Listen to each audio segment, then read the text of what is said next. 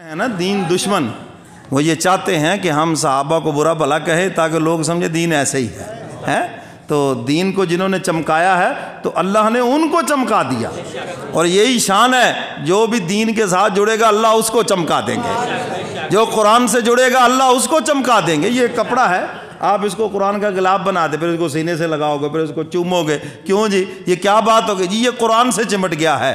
فرمایا ایک بے جان کپڑا قرآن سے چمٹ جائے وہ شان پا جاتا ہے۔ انسان تو اشرف المخلوقات ہے، تو قرآن سے چمٹ جائے تو کتنی اونچی شان پا جائے۔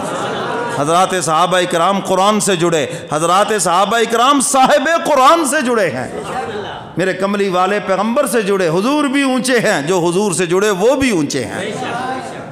تو سیدنا امیر معاویہ رضی اللہ تعالیٰ عنہ، جن کے لیے حضور علیہ السلام نے دعا فرمائی ہادیہ مہدیہ، مولا اس کو ہادی اور مہدی بنا دے، تو حضور کی تو ہر دعا قبول ہے۔ لاؤ میرا چیلنج ہے کہ حضور نے کوئی دعا کی اور قبول نہ ہوئی ہو، تو یہ دعا حضور کی قبول نہیں ہے، اس کو ہادی بھی بنا اور مہدی بھی بناتے۔ تو سیدنا امیر معاویہ رضی اللہ تعالیٰ عنہ فتح مکہ سے پہلے مسلمان ہوئے، اور حضور علیہ السلام عمرے کے لیے تشریف لے گئے۔ فرمایا معاویہ کو بلاؤ۔ سیدنا امیر معاویہ کو بلایا گیا، حضور فرماتے معاویہ میرے ناخن کاٹو، ناخن کاٹے اور رکھ لیے پاس۔ حضور نے فرمایا چلو میرے بال بھی کاٹو، یہ میری مونچھیں بھی کاٹو۔ سیدنا امیر معاویہ حضور کی مونچھیں کاٹ رہے اور ایک ایک بال جمع کر رہے ہیں، اور صحابہ جو قریب ہے فرمایا نہیں بھی نہیں، حضور نے مجھے حکم دیا پیچھے ہٹ کے بیٹھو، یہ سب میرے ہیں۔